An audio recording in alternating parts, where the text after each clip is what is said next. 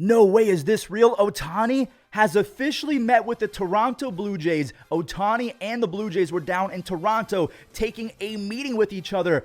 Ōtani could be a Blue Jay by Christmas. And if you really think about it from a money perspective, Ōtani, he already owns Japan. He owns America. He could potentially own Canada as well. That's 3 separate continents or countries.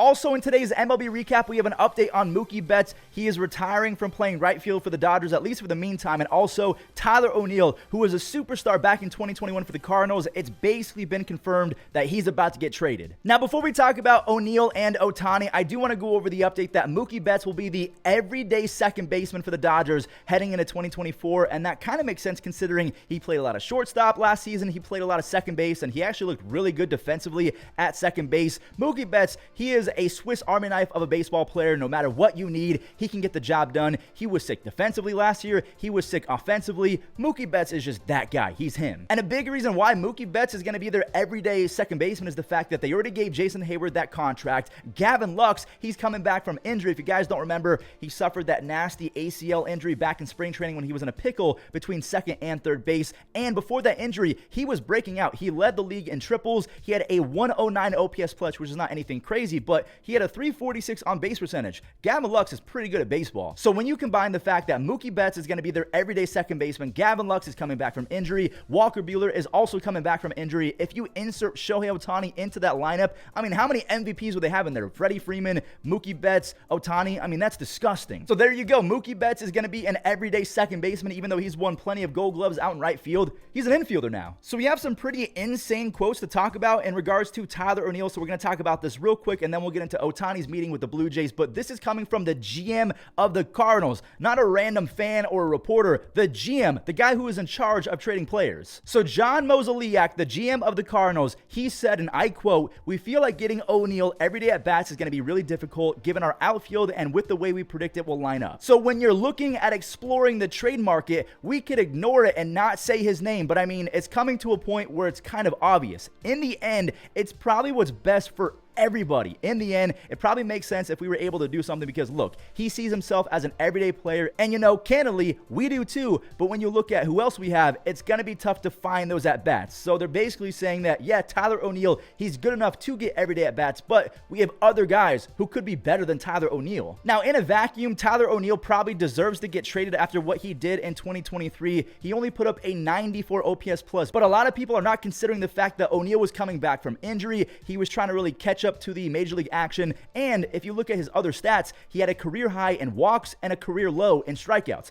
He actually kind of improved in the ways that you want to. And I know that I'm reaching, but not too long ago, Tyler O'Neill was one of the best players in baseball. The only issue that Tyler O'Neill had back in 2021 was a strikeout issue and not taking walks. He did both of those in 2023, so what if he gets back to this version of himself, but he's getting on base more because he's not striking out as much? Again, even though he wasn't as good in 2023, he was still very good at not chasing pitches outside the zone. He finds a barrel with the best of them. All that means is that when he makes contact, he usually hits it pretty hard because he barrels it up. And again, back in 2021, Tyler O'Neill won a Gold Glove in the same season that he had 34 home runs, 15 stolen bases, and a mind-blowing 148 OPS plus. And he's not even 30 years old yet. So yeah, I can see why the Cardinals want to move off of him because they can probably get a lot back. So if you're a Cardinals fan, let me know in the comments, who would you be targeting in a trade for Tyler O'Neill? Are you trying to get a pitcher like Tyler Glasnow or Shane Bieber? Or do you think that's not enough, so you might have to give away other players to get those pitchers in your rotation? All right, here we go. The moment that we've all been waiting for. Shohei Ohtani and the Blue Jays. They were believed to have met Monday at the team's Florida complex. Now, the only downside to this, if you're a Blue Jays fan, one, it's exciting because, wow, Ōtani, he's talking to my team. But Ōtani has made it crystal clear that if anything leaks about him meeting up with your favorite MLB team, he's going to hold that against them. So the fact that he met up with the Blue Jays, that's actually kind of fun as a Toronto fan, but the fact that it leaked,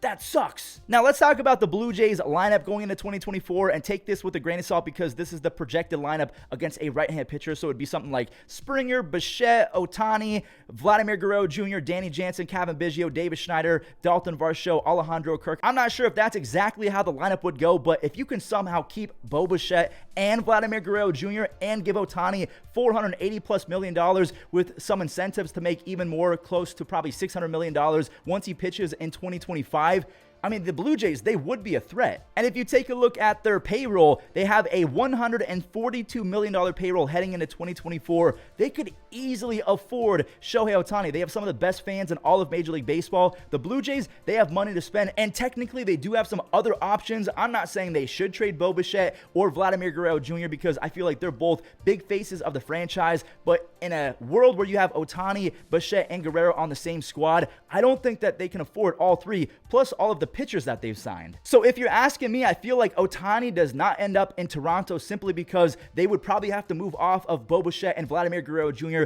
The only way that I would get this deal done is that you can guarantee all three of those guys are in the same squad, because that's going to bring fans into the ballpark. You're going to make so much more money, so you got to keep them all. Now, one thing I do want to mention just for context, Ken Rosenthal, he has been wrong before when it comes to the Blue Jays and free agents. Way back in the day, Ken Rosenthal misreported that Michael Brantley signed, I think it was a 3-year contract with the Blue Jays. I made a video on it, and then I had to take down the video. So ever since that day, I've always been a little bit wary of Ken Rosenthal, Toronto, and free agents because he's been wrong before. So again, take this with a grain of salt, but according to all of the rumors and the reporters, the Blue Jays and Ohtani have officially met, and it would be a good fit. I just hope that they would be able to keep Bo Bichette and Vladdy. Like, I want them all in the same lineup. Before we end the recap, I'm going to do today's Immaculate Grid because look at who's on it. Grady Sizemore, if you guys don't remember, he was a Philly and a Rays of 1%. Let's try and keep every single pick under 10%. We have the White Sox and the Tampa Bay Rays.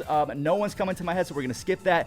30-plus stolen base season for the Rays. I feel like Carl Crawford is a big one. What about BJ Upton? I feel like BJ stole 30 back in the day. 14%, so let's not worry about the whole under 10% thing. The Phillies and the Angels, I could go Brandon Marsh, but I'm going to go Mickey Moniak. 30-plus stolen base season for the Angels. I'm going to go with a throwback Shone Figgins. I don't remember how to say his name. Born outside the U.S. 50 states for the Phillies, I'm going to go Jose Alvarado. That's just the first guy that came to my head. The White Sox and born outside, we'll go Eloy Jimenez. We're going to go 30-plus stolen base season, born outside. Let's go Jose Reyes. That guy used to be one of my favorite players before he did some stuff off the field. The White Sox and the Angels. I feel like this should be easy. I'm almost positive that Irvin Santana played a stint with the White Sox, to end his career. Wow, that was one of my best picks ever. And then a White Sox and a Ray. I'm thinking of maybe Carlos Pena. Who played for both squads? Alexi Ramirez. I'm almost positive he was on the Rays as well. 70 rarity score. That's pretty good for me not playing in a while. So that does it for today's recap. I appreciate you guys watching all the way until the end. If you did, do me a favor, leave a like, click that subscribe button if you enjoyed, and I'll catch you in the next one where hopefully we have some news because this is kind of boring.